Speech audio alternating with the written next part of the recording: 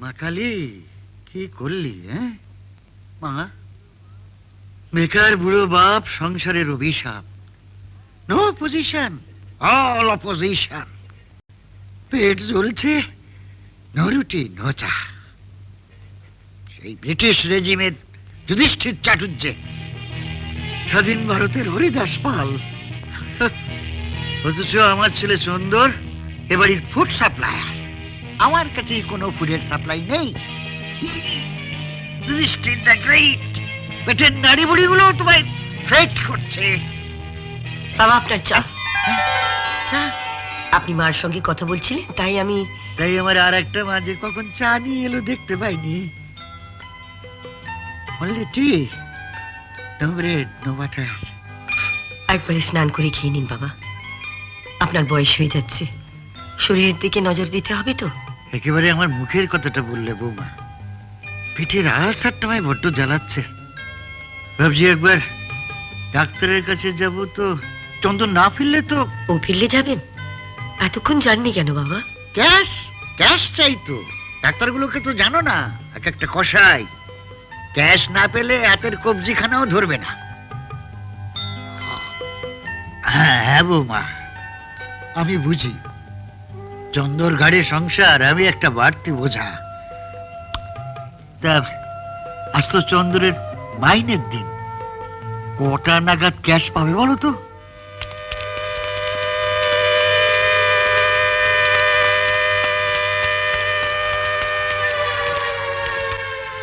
ধরো, তোমার 3000-এর মধ্যে সব কেটে 1600।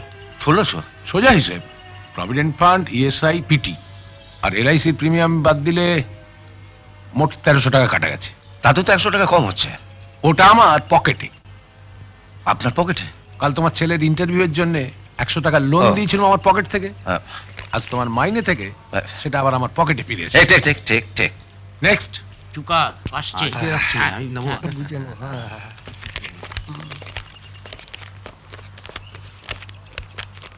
হ্যাঁ, তোমার 300। 200 আসল, 100 সুদ, 300। 1 2 3 ধার শোধ। তোমার 400। 400।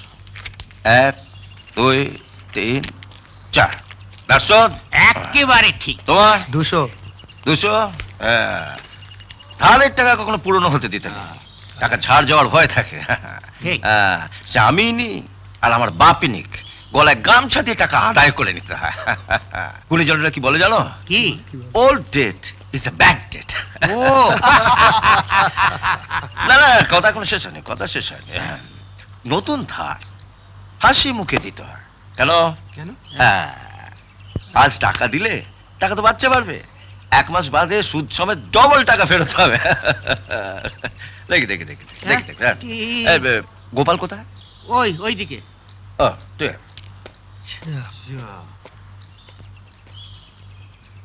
এমনিতে যাই হোক, চন্দ্র মানুষ খুব ভালো। নে চল। না, আমি যাবো না। না আছে সার্ভিস, না আছে রিপেয়ার। সেই বাবরের আমলে 2টো টায়ার কিনেছিলে, আজ পর্যন্ত বদলাওনি। আজ মাইনে পেয়েছ, টায়ার কেন, তবে যাব, নইলে আমি যাব না। 3 বছর হলো জুতোটা কিনেছি, দেখ খালটা, দেখ দেখ দেখ দেখ খালটা দেখ, আর তুই টায়ার বদলাবার কথা বলছিস? নে চল চল। না, আমি যাব না। হাত জোর করছি, চল। লক্ষ্মী সোনা, চল। লাথি মারছো, মারো মারো মারো, যত খুশি মারো। এদিকে লাথিও মারছো, আবার ওদিকে হাত জোরও করছো। টায়ার কেন, তবে যাব। আমি কথা দিচ্ছি, কাল টায়ার কিনবই। আরে আজ পর্যন্ত আমার ছেলে কখনো সেকেন্ড হয়নি, চাকরি ওর হবেই। সত্যি বলছেন স্যার? আমি সিলেক্টেড? আরে বসো বসো, ন্যাশনাল স্কলারশিপ পাওয়া ছেলে তুমি, তার উপরে গোল্ড মেডেলিস্ট। তোমার মতো ব্রিলিয়ান্ট ছেলেকেই তো আমাদের কোম্পানির দরকার। তুমি বরং কাল থেকেই জয়েন করো। আপনি আমাকে বাঁচালেন স্যার। আমি আমার বাবার পাশে দাঁড়াতে চাই। আমার বাবা মা জানেন স্যার, আমার জন্য অনেক কষ্ট করেছেন। হ্যাঁ, আমি তাদের মুখে এবার হাসি ফোটাতে পারবো। বা আমার দুঃখের বোঝাটা আমি একটু হালকা করতে পারবো স্যার। তুমি শুধু ভালো ছেলেই নয়, ভাগ্যবান বাবা মার ছেলে। হ্যালো মিস্টার দাস, কেমন আছেন? আপনি নিজে স্যার? নিজের কাজে নিজেকে এগোতে হয়, মন্ত্রী হওয়ার ঝামেলা তো বোঝো না। অনেক ফ্রন্টে লড়তে হয়, সবার আগে হোম ফ্রন্ট মানে মানেটা বুঝতে গেলে একটু এদিকে আসতে হবে। ছেলেটাকে ব্রিলিয়ান্ট বয়। আমরা কাগজে চাকরির জন্য যে বিজ্ঞাপন দিয়েছিলাম না, এই ছেলেটি তার থেকে অনেক অনেক বেশি যোগ্য। আমরা একেই সিলেক্ট করেছি। রিজেক্ট করে দিন। চাকরিটা স্যারের শালাকে দিতে হবে। শালাকে? কানে যদি কালা না হয় তাহলে ঠিকই শুনেছেন, শালাকে। কিন্তু আবার কিন্তু ঢোকাচ্ছেন কেন? সোজাসুজি গিভ অ্যান্ড টেক পলিসি। আপনি দেবেন, আমরা নেব। স্যারের হোম প্ল্যানটা ঠিক রাখতে হবে তো। ভাই দিদিকে অত করে ধরেছে, এখন দিদির মুখ না রাখলে, মানে স্যারের বউয়ের মুখ না রাখলে স্যারের মুখ থাকবে? কিন্তু এই ছেলেটিকে চাকরি দিতে না পারলে আমার মুখ থাকবে। কোম্পানি যদি না থাকে মুখ ধুয়ে জল খাবেন? মানে মানে মানে কোম্পানির লাইসেন্স, পারমিট, 2 নম্বর 3 নম্বর ব্যাপার সব আটকে যাবে। কি রাজি তো? রাজি। Very good. অ্যাপয়েন্টমেন্ট লেটারটা কবে পাঠাচ্ছ? কাল সকালবেলার পোস্টে। আমার পোস্টে কেন? আরে এইসব কাজের জন্যই তো আমার পোস্টিং। ঠিক আছে, আমি কাল সকালে এসে নিজে হাতে চিঠিটা নিয়ে যাও। চলুন স্যার, চলুন। ওকে, চলি। Sir you may go now. Sir আমার চাকরিটা হবে না স্যার। আপনি যে বললেন স্যার। কি বলেছিলাম তা তুমি ভুলে যাও। হ্যাঁ? আমি জানি আমি অন্যায় করেছি, কিন্তু কিন্তু কোম্পানির সাথে মন্ত্রীর শালাকে আমার চাকরিটা দিতেই হবে। Please leave me alone and go now. Sir sir sir Raja চ্যাটার্জির অ্যাপয়েন্টমেন্ট লেটারটা।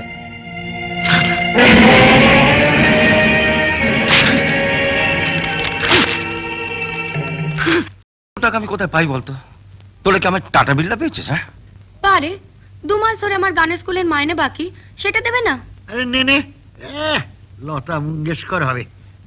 গান শিখে কি হবে তোর? কাঁচকলা? যা যা। ও চন্দ্র, তুই আমায় একটা এই পাঞ্জাবি করে দিতে পারিস?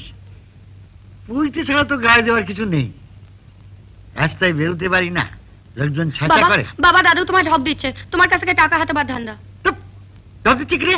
দেখছিস তোর সামনে কি করে আমাকে ইনসাল্ট করছে? ও বাবা, তোমরা সবাই মিলে এরকম শুরু করলে আমি একা কোথায় যাই বলো তো? আমার হাতে তোর আলাদিন আশ্চর্য প্রদীপ নেই যে তোমাদের প্রত্যেকের সমস্যার সমাধান করব? হ্যাঁ, রাজার চাকরিটা হয়ে গেলে। চাকরি আমার হয়নি বাবা, আর হবে না। হয়নি কেন? কারণ আমার বাবা কারখানায় হাতুড়ি পেটায়। কারখানার মালিকের সঙ্গে বসে এক টেবিলে অন্যের মাথায় হাতুড়ি পেটাতে পারে না, তাই মন্ত্রীর শালাদের চাকরি হয়। অথচ তোমার মতন আদর্শবাদী ইউনিয়ন লিডারের গোল্ড মেডেল পাওয়া একমাত্র ছেলের হাতে অ্যাপয়েন্টমেন্ট লেটার এসব ফসকে যায়। রাজা, রাজা শোন রাজা। রাজার কথাগুলো মিথ্যে না। জানো কি, জানো কি? কি বলছো? এলো টাকাটা ধরো, যার যার মতন মিটিয়ে দাও। মা, আমার গানের স্কুলের মাইনে আর সালোয়ার কামিজের টাকাটা। দুটো তো হবে না, হয় স্কুলের মাইনে না হয় সালবার। একটা চাইলে আর একটার কথা বলতে হবে।